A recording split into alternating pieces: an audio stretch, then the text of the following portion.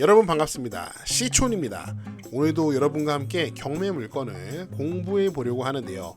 오늘의 포인트는 이렇습니다. 우선 경매에는요, 이 집은 나와 있지 않고요, 이 집이 앉아 있는 땅만 현재 경매에 나와 있는 상태입니다. 야 시촌아, 그러면 건물은 안 나왔잖아, 이딴 걸 뭐하러 공부해, 이렇게 말씀하실 수 있는데요. 그런데 말입니다, 만약에 이 건물을 위한 지상권이 성립하지 않는다면 이 땅을 낙찰받아서 토지 인도를 청구할 수 있습니다. 자, 그래서 현장을 한번 살펴보고요, 과연 이 건물을 위한 지상권이 성립할지, 만약에 성립하지 않는다면 반대로 이 건물주 입장에서는 또 어떤 대응을 할 수 있을지 한번 같이 공부해 보도록 하겠습니다. 현장은요, 뭐 너무 깊게 볼 건 없고 간단하게 보도록 하겠습니다. 집이 여기에 있는데요, 지금 집 앞에 이렇게 길이 있습니다. 그리고 이 길을 따라서 벚나무들이 아주 아름답네요. 반대편에서 보면 이렇게 나무들이 있고, 이 앞에 강이 보이죠? 여기가 바로 평창강입니다. 리버뷰 아주 좋습니다. 이 현황 도로도 굉장히 깔끔하고, 이 마당까지 이어지는 부분도 너무 깔끔해요. 잘 포장을 해서 이 부분은 잡초 관리 자체가 필요가 없습니다. 자, 이 도로 사용에 문제가 없는지 확인을 해 봐야겠죠. 미쓰고 부동산에서 국공유지 필터를 눌러 보겠습니다. 당연히 여기 이제 평창강이 있으니까 이 부분이 이제 국유지가 되겠죠. 국유지 딱 경매물건과 접해 있는 것을 확인할 수 있고, 경매물건 토지는 상당히 큽니다. 이 토지의 면적이 400평이 넘습니다. 딱 봐도 이렇게 두 개의 필지로 되어 있죠. 두 개의 필지로 되어 있고 433평. 집이 앉아 있는 방향은 남서양, 나쁘지 않습니다. 그러니까 이 집이 있고 집 뒤로 보이는 여기 농지까지 경매에 포함되어 있습니다. 텃밭으로 쓰기에는 다소 크죠.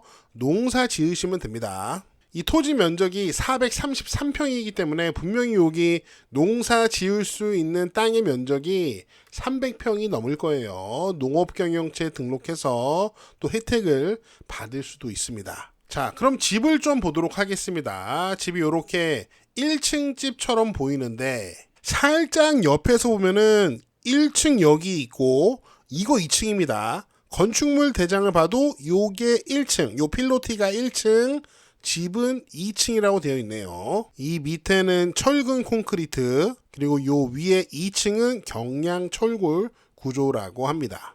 2017년도에 허가를 받아서 집을 짓기 시작했고 2018년도에 사용 승인을 받았네요. 자, 그러면 지금부터 이 건물을 위해서 지상권이 성립할지 같이 한번 살펴보도록 할게요.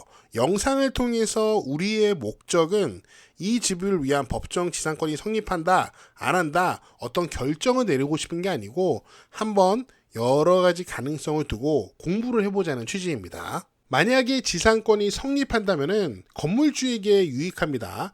그런 경우에는 이 토지를 낙찰받을 이유가 없어요. 왜냐면 토지 낙찰 받아봤자 이 땅은 이 건물주가 쓰게 되니까요. 물론 여기 건물이 없는 부분에 대해서는 온전하게 사용 수익을 토지 낙찰자가 할 수 있겠죠. 그리고 반대로 만약에 건물을 위한 지상권이 성립하지 않는다면은 건물주가 아닌 토지주에게 유익합니다. 현재 이 땅이 경매에 나왔으니까 이 땅을 낙찰받는 사람한테 유리하단 말이에요. 지상권이 성립하지 않으니까 건물 철거나 토지 인도를 청구할 수 있습니다. 그런데 현재 경매 개요를 보면요, 토지만 경매에 나와 있고 건물은 매각 제외죠. 여기 보시면은 경매가 강제 경매로 진행이 되고 있습니다. 건물을 위한 지상권에는 크게 두 가지가 있거든요. 첫 번째는 법에 딱 명시되어 있는 법정 지상권이 있어요. 민법 제366조에 나와 있는 법정 지상권이 있고, 또 다른 법정 지상권은 법조문은 없지만 대법원에서 관습법상 인정하는 법정 지상권이 있습니다. 그런데 이 두 개가 성립하는 요건이 좀 다릅니다. 요 366조의 법정지상권은 저당권을 실행해서, 즉 임의 경매를 실행해서 건물하고 토지주가 달라질 때 성립할 수 있습니다. 그런데 현재는 이 토지가 강제 경매로 진행되고 있는 상황이잖아요.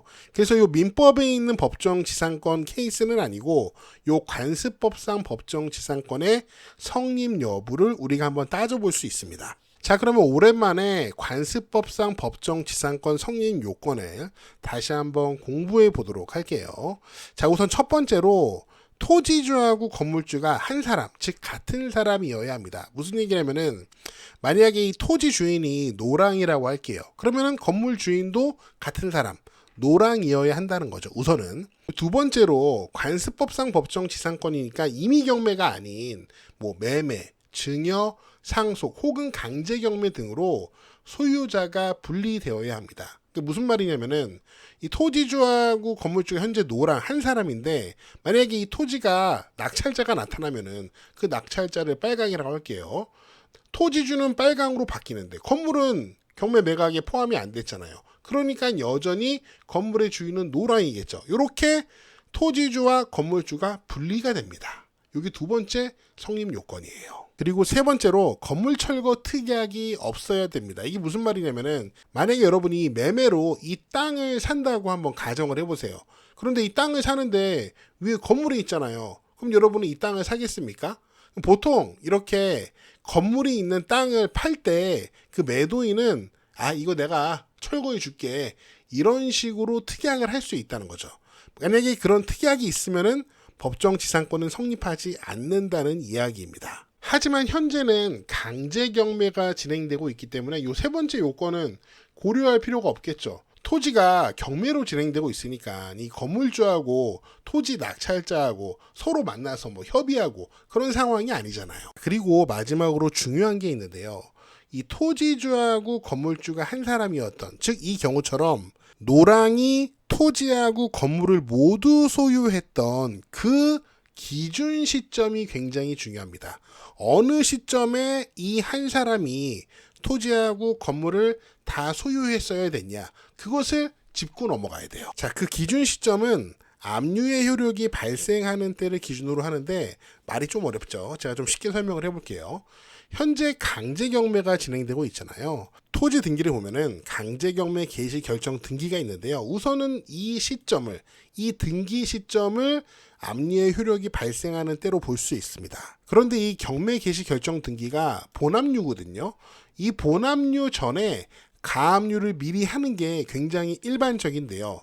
만약에 이 본압류가 이 가압류를 본압류로 이행해서 경매를 진행하는 거라면은 요 가압류 시점이 압류의 효력이 발생하는 때가 됩니다.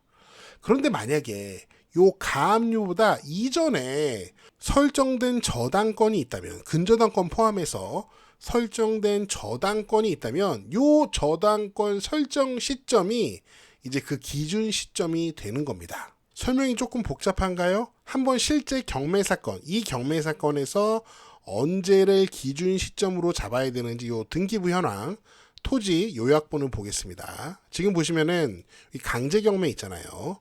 2023년 12월 8일자로 강제 경매 개시 결정 등기가 됐는데 우선 요게 첫 번째 기준 시점이 될 수 있습니다.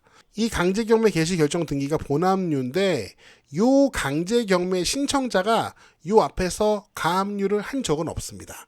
그렇기 때문에 여기 있는 가압류들은 모두 기준 시점이 될 수 없습니다. 그런데 잘 보니까 그 위에 이미 설정된 근저당권이 있죠. 2014년 3월 31일인데요. 바로 이 근저당권 설정 시점이 현재 경매 사건에서는 건물주와 토지주가 한 사람이었던 것을 확인하는 기준 시점이 됩니다. 그러니까 우리는 2014년 3월 31일 기준으로 건물주와 토지주가 한 사람이었는지 확인을 하면 돼요.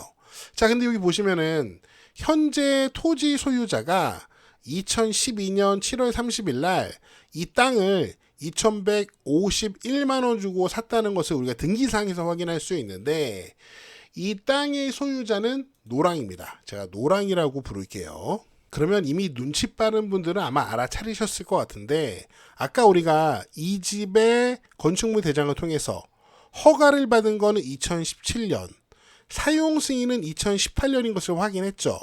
그렇다면 이 집은 2014년 3월 31일 근저당 설정 당시에 이 집은 존재하지도 않았습니다. 그러니까 이 기준 시점에 이 건물 자체가 존재하지 않았으니까 토지주와 건물주가 같았는지 달랐는지 확인할 것 자체가 없습니다. 자, 그리고 이 건물의 소유자를 확인해 보니까 뭐 등기나 대장을 통해서 다 확인할 수 있는 내용인데요. 이 토지의 주인은 제가 노랑이라 그랬죠. 근데 건물의 주인은 노랑이 아니고 초록입니다. 다른 사람이라는 거죠. 그렇기 때문에 우리가 이렇게 공부를 해본 바로는 이 건물을 위해서 관습법상 법정 지상권이 성립할 가능성은 거의 없습니다. 그 여지가 거의 없다고 볼 수 있어요. 그리고 현황 조사서를 보면은 이런 내용이 있어요. 현지 출장 시 만난 본권 채무자 겸 소유자. 이 본권이라는 것은 토지입니다. 토지 소유자 노랑의 모친 초록의 진술에 의하면 제시회 2층 주택은 이 건물은 자신과 즉 초록과 배우자 연두의 공동 소유라고 함. 그래서 정리를 해보면은 이 땅은 아들 소유입니다. 그리고 이 아들 소유의 토지 위에다가 아버지가 집을 지었어요. 단독 소유를 하다가 지분의 절반을 아들의 엄마, 자신의 배우자에게 증여를 해서 현재는 이 두 분이서 공동 소유를 하고 있는 상황입니다. 이런 상황입니다. 그래서 현재 건물을 갖고 있는 이 건물주 두 분은 이 건물을 위한 법정 지상권이 성립하지 않을 가능성이 매우 높기 때문에 어떻게든 건물을 지켜야 하는 입장이기 때문에 좀 여러 가지 판단을 좀 해보셔야 될 것 같아요. 제 생각에는 둘 중에 하나를 선택하실 수 있을 것 같은데요. 첫 번째는 여기 있는 이제 채권들 있잖아요. 아들이 갖고 있는 이 채무들을 대신 이제 부담을 하시는 거죠. 채권 합계액이 9,100만 원이 좀 넘습니다. 굉장히 부담이 있네요.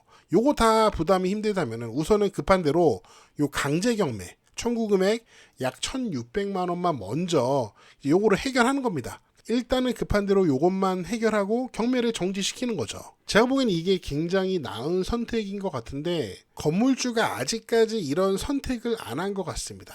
제가 그걸 어떻게 추정을 하냐면은 지금 다음 매각기일이 2월 18일 바로 오늘입니다. 경매가 잡혀 있어요. 그 말을 아직 요거 경매를 정지시키는 노력은 하지 않았다는 거죠. 그래서 오늘 바로 2차 매각기일이 잡혀 있는데 이제 남은 선택은 낙찰을 받아버리는 겁니다. 토지를 낙찰받아서 토지가 내게 되면 이제 건물을 철거할 필요가 없잖아요. 그런데 오늘 이게 어떻게 될지 모르겠습니다. 만약에 유찰이 된다면은 이제 건물주들에게는 굉장히 좋죠. 다음에 또 다 싸게 낙찰받으면 되니까요. 그런데 아무래도 이 건물을 위한 법정 지상권이 성립하지 않을 가능성이 매우 높기 때문에 어쩌면 오늘 낙찰자가 나타날 수도 있겠다. 그런 생각이 드는데 어떻게 될지 저도 궁금하네요. 네, 제가 준비한 내용은 여기까지입니다. 여러분 어떻게 보셨는지 여러분의 다양한 의견을 댓글로 남겨주시고요. 저는 다음 영상에서 더 재미있고 유익한 내용으로 돌아오겠습니다. 여러분, 시촌 어게인!